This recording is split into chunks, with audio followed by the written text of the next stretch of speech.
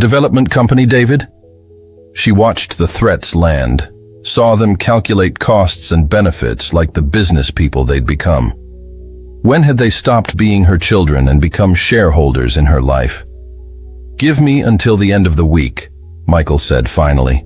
"We'll need to consult with lawyers." "You have until tomorrow noon," Mary replied. "My lawyer will contact yours with the paperwork." "Your lawyer?" Sarah's voice cracked slightly. "Rebecca Patterson. You might know her firm.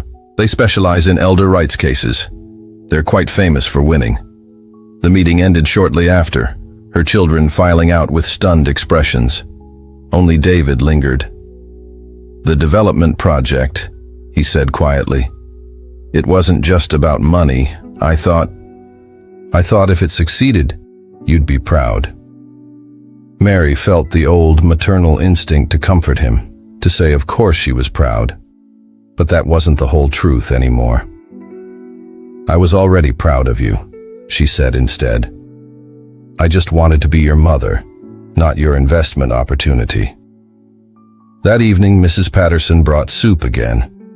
They sat at Mary's small table, steam rising from their bowls. "Rebecca called," Mrs. Patterson said. "She said you were magnificent." Mary stirred her soup thoughtfully. "I kept thinking about what you said, that them being my children made it matter more, not less. You were right." The next day, the lawyers began their work. Michael's team proposed compromises, partial dissolution, graduated return of control. Sarah's specialists suggested oversight periods and evaluation metrics. David recused himself entirely. Mary refused them all. By Christmas Eve, it was done. The trust dissolved, her assets returned to her control. The victory felt hollow and profound at once, like winning a war but losing the peace. She spent Christmas Day at the senior center with Carol and others who understood. They shared stories, meals, and a strange kind of hope, not for reconciliation perhaps, but for resurrection of self. New Year approached with fresh snow and possibilities.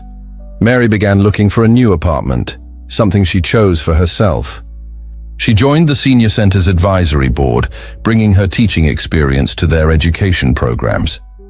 The photos on her mantelpiece stayed, but she added new ones, herself with Carol and the smartphone class, with Mrs. Patterson at the holiday dinner, with Rebecca at the celebration of the trust dissolution. Different kinds of family pictures. Her children's silence stretched into January. She didn't expect immediate